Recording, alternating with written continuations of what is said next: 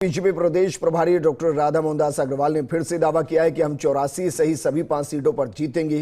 कांग्रेस के खेमे में मायूसी छाई हुई है। अग्रवाल ने बीजेपी प्रदेश मुख्यालय में संगठन की बैठक लेते हुए चुनाव और सदस्यता अभियान की समीक्षा की थी। ये रिपोर्ट देखिए। बीजेपी में अब संगठन, चुनाव और सदस्यता अभियान पर फोकस कर दिया गया। देश में बीजेपी ने महज 45 दिन में 11 करोड़ के लक्ष्य को प्राप्त कर विश्व की सबसे बड़ी राजनीतिक पार्टी बनने का खिताब हासिल कर दिया। बीजेपी प्रदेश मुख्यालय में भी प्रभारी डॉक्टर राधा मोहनदास अग्रवाल और बीजेपी प्रदेश अध्यक्ष मदन राठौड़ ने सदस्यता अभियान और संगठन चुनाव को लेकर बैठक की। इस दौरान बताया गया कि प्रदेश में करीब 80 लाख ऑनलाइन और ऑफलाइन सदस्य बनाए गए। इनमें करीब 58 लाख ऑनलाइन और 22 लाख ऑफलाइन सदस्य शामिल हैं। ऑफलाइन सदस्यों का डाटा फीडिंग का कार्य जारी है। इसकी संख्या बढ़ सकती है।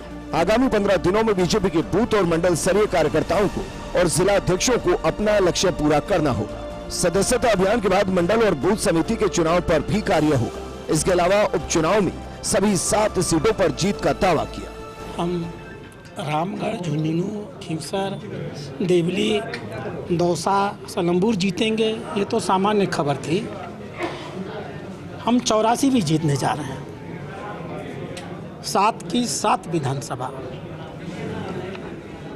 जो अंदाज लगता है कार्यकर्ताओं की रिपोर्टिंग के आधार पर और कांग्रेस के खेमे में जो मायूसी छाई हुई है, जिस तरह से वो आपस में अब लड़ना शुरू कर दिए हैं, उसके आधार पर उनकी खिजलाहट बताती है कि उनको रिजल्ट मालूम हो चुका है। वहीं देवली उनियारा हिंसा पर भी बीजेपी प्रभारी अग्रवाल और मदन राठौड़ ने कहा कि हिंसा दुर्भाग्यपूर्ण है। प्रशासन आचार संहिता में चुनाव आयोग के नियंत्रण में रहता है। जो कुछ हुआ है वो चुनाव के दौरान हुआ है।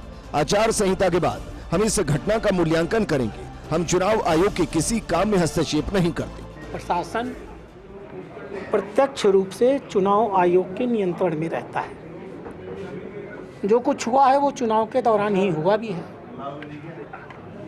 तो मैं ऐसी परिस्थितियों में यह जिम्मेदारी चुनाव आयोग को देता हूँ और जो डीजीपी हैं और मुख्य सचिव हैं, जो आचार संहिता लगने के दौरान चुनाव आयोग के नियंत्रण में काम करते हैं, उनको देता हूँ। हम इस घटना का मूल्यांकन जब आचार संहिता समाप्त हो जाएगी उसके बाद करेंगे। अभी हम चुनाव आयोग के किसी काम में हस्तक्षेप नहीं कर सकते हैं जब तक कि अधिसूचना हट न जाए। यदि किसी जनप्रतिनिधि को कोई शिकायत है तो निर्वाचन आयोग है, उच्च अधिकारी है, सक्षम अधिकारी को जाकर के लिखित में मौखिक किसी भी प्रकार की सूचना दे तो और समाधान निकलवाना चाहिए था। किसी भी प्रकार का बल प्रयोग कतई नहीं करना चाहिए था। ये जो कुछ भी हुआ बहुत दुखद है, दुर्भाग्यपूर्ण है और इसमें किसी वरिष्ठ पत्रकार या कैसा भी पत्रकार, कैमरामैन या किसी के साथ भी दुर्व्यवहार हुआ है या चोटिल हुआ है कोई भी चिंताजनक है।